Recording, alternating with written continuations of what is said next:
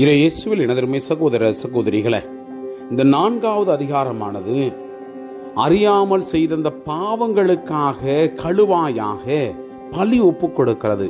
பாவப்பழி ஒப்பு கொடுத்து அதனுடைய பாவங்களை போக்கக்கூடிய அந்த தன்மையை பற்றி இந்த அதிகாரம் எடுத்து வைக்கிறது. அந்த பாவத்திற்கு ஏற்ப யார் பாவம் செய்கிறார்களோ அதற்கு ஏற்ற பழியானது ஒப்பு கொடுக்கப்படணும். அது காளையாக இருக்கலாம் அல்லது ஆட்டுக்கடாயாக இருக்கலாம். அதற்கேற்ற அந்த பழியை ஒப்பு கொடுத்து அதனுடைய இரத்தத்தை தெளிப்பதன் வழியாக இவர்களுடைய பாவமானது மன்னிக்கப்படும் என்ற அந்த கோட்பாட்டை தான் இன்று இந்த 4வது அதிகாரமானது நமக்கு எடுத்து வைக்கிறது. அன்புக்குரியவர்களே, இதுதான் பழைய ஏற்பாட்டினுடைய முறை. இந்த 10 கட்டளைகளை ஏதாவது ஒன்றை நீ மீறினாலோ அதற்கு எதிராக பாவம் செய்தாலோ இந்த பாவத்திற்கு பரிகாரம் செய்யணும், அதை நிவர்த்தி செய்யணும்.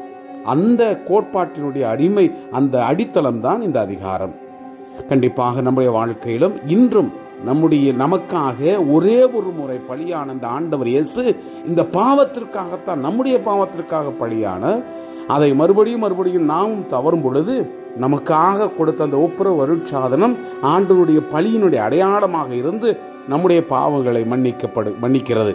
எனவே நம்முடைய பாவங்களை நாம் ஏறெடுத்து கடவுளுக்கிடம் சமரசம் செய்யக்கூடிய அந்த நல்லுறவை ஏற்படுத்த இந்த அதிகாரத்தை நாம் கவனமுடன் செவிமடுப்போம்.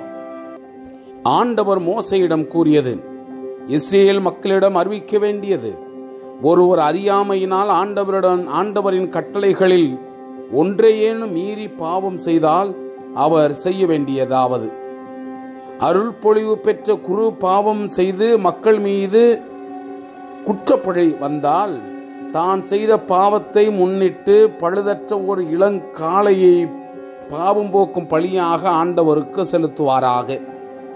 சந்திப்பு கூடார நுழைவாயிலில் ஆண்டவர் திருமுன் அதை கொண்டு வந்து அதன் தலைமேல் தன் கையை வைத்து ஆண்டவர் திருமுன் அதை கொள்வார்.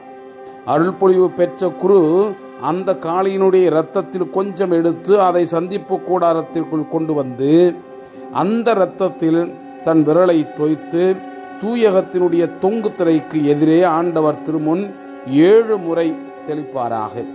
குரு அந்த இரத்தத்தில் கொஞ்சம் எடுத்து சந்திப்பு கூடாரத்தில் ஆண்டவர் திருமுன் இருக்கும் அந்த நறுமண தூவ பீட கொம்புகளில் பூசுவார்.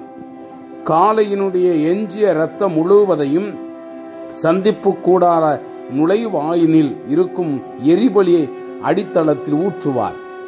பாவம் போக்கும் பலி காளையின் எல்லா கொழுப்பையும், குடலை சுற்றியுள்ள கொழுப்பையும், அவற்றின் மேலுள்ள கொழுப்பு முழுவதையும் எடுப்பார். மேலும் 2 சிறுநீரகங்கள், அவற்றின் மேல் இடுப்பையொட்டி உள்ள கொழுப்பு, சிறுநீரகங்களை அடுத்து கல்லீரலின் மேல் உள்ள சவ்வு ஆகியவற்றை நல்லுறவு பலி காளையிலிருந்து எடுப்பது போல எடுத்து குரு அவற்றை எரி பலிபீடத்தின் மேல் எரிப்பார்.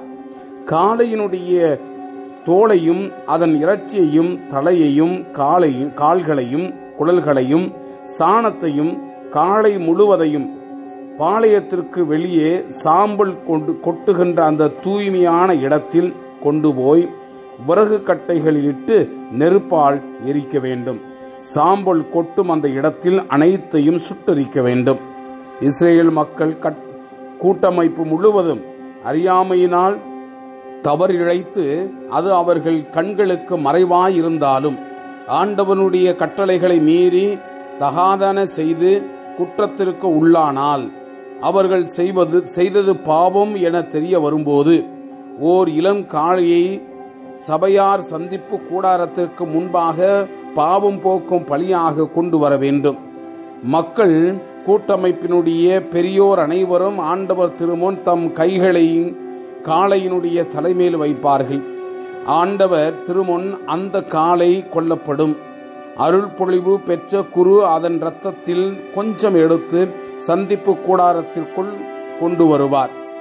குரு அந்த இரத்தத்தில் தம் விரலை தோய்த்து ஆண்டவர் திருமுன் தொங்கு திரைக்கு முன்பாக தெளிப்பார். சந்திப்பு கூடாரத்தில் ஆண்டவர் திருமுன் இருக்கும் அந்த பலிபீட கொம்புகளின் மேல் அந்த இரத்தத்தில் கொஞ்சம் பூசி எஞ்சிய இரத்தத்தை எல்லாம் சந்திப்பு கூடார நுழைவாயில் இருக்கும் அந்த எரிபலி பீடத்தின் அடித்தளத்தில் ஊற்றிவிடுவார். காளையினுடைய கொழுப்பு முழுவதையும் எடுத்து பலிப்பிடத்தில் எரிப்பார். பாவம் போக்கும் பலி காளைக்கு செய்தது போல் இந்த காளைக்கும் செய்து குரு அவர்களுக்கு பாவ கழுவாய் நிறைவேற்றுவார். அப்பொழுது அவர்கள் மன்னிப்பு பெறுவர். முன்னைய காளையை எரித்தது போல இதையும் பாளையத்திற்கு வெளியே கொண்டு போய் சுட்டு எரிப்பாராக. இது சபையாருக்கான பாவம் போக்கும் பலி. தலைவன் ஒருவன் தன் கடவுளாகிய ஆண்டவருடைய கட்டளைகளில் எதையாவது அறியாமையால் மீறி பாவம் செய்து குற்றத்திற்குள்ளானால் தான் செய்தது பாவம் என்று அவனுக்கு தெரிய வரும்போது வெள்ளாடுகளின் பழுதற்ற ஒரு கடாயை பலியாக கொண்டு வருவான். அந்த ஆட்டுக்கடாயினுடைய தலைமேல் அவன் தன் கையை வைத்து எரிபலி பொருள் வெட்டப்படும் இடத்தில் ஆண்டவருக்கு முன் அந்த கிடாயை பலி கொடுப்பான். இது பாவம் போக்கும் பலி. குரு பாவம் போக்கும் பலி இரத்தத்தில் சிறிது தம் விரலால் எடுத்து எரிபலி பீட கொம்பில்களில் பூசி எஞ்சிய இரத்தத்தை அப்பீடத்தினுடைய அடித்தளத்தில் ஊற்றிவிடுவார். அதன் கொழுப்பு முழுவதையும் நல்லுறவு பலியினுடைய கொழுப்பு செய்வது போல பலிபீடத்தின் மேல் எரித்து விடுவார். குரு அவனுக்காக பாவ கழுவாய் நிறைவேற்றுவார். அவன் மன்னிப்பு பெறுவான். பொதுமக்களின் ஒருவர் ஆண்டவருடைய கட்டளைகளில் எதையாவது அறியாமையால் மீறி பாவம் செய்து குற்றத்திற்கு உள்ளானால் தாம் செய்தது பாவம் என்று அவருக்கு தெரிய வரும்போது அவர் செய்த பாவத்தை முன்னிட்டு பழுதற்ற ஒரு வெள்ளாட்டு பெண் குட்டியை பலியாக கொண்டு வருவார். பாவம் போக்கு பலியின் தலைமேல் தம் கையை வைத்து எரிபலியிடும் இடத்தில் அந்த பாவம் போக்கும் பலி ஆட்டை அடிப்பார். குரு அந்த இரத்தத்தில் சிறிது தம் விரலால் எடுத்து எரிபலிபீட கொம்புகளில் பூசி எஞ்சிய இரத்தத்தை அப்பீடத்தினுடைய அடித்தளத்தில் ஊற்றிவிடுவார். அதன் கொழுப்பு முழுவதையும் நல்லுறவு பலியிலுள்ள அந்த கொழுப்பை போன்று எடுத்து பலிப்பீடத்தின் மேல் ஆண்டவர் விரும்பும் நறுமணமாக குரு எரித்து பாவ கழுவாய் நிறைவேற்றுவார். அந்த மனிதரும் மன்னிப்பு பெறுவார். பாவ கழுவாய் பலியாக அவர் ஓர் ஆட்டுக்குட்டியை கொண்டு வந்தால் அது பழுதற்ற பெண் ஆட்டுக்குட்டியாக இருக்க வேண்டும். அந்த பாவம் போக்கும் பலிப்பொருளினுடைய தலைமீது தம் கையை வைத்து எரிபலியை அடிக்க வேண்டும். அதே இடத்தில் இப்பாவம் போக்கும் பலியை அடிக்க வேண்டும்.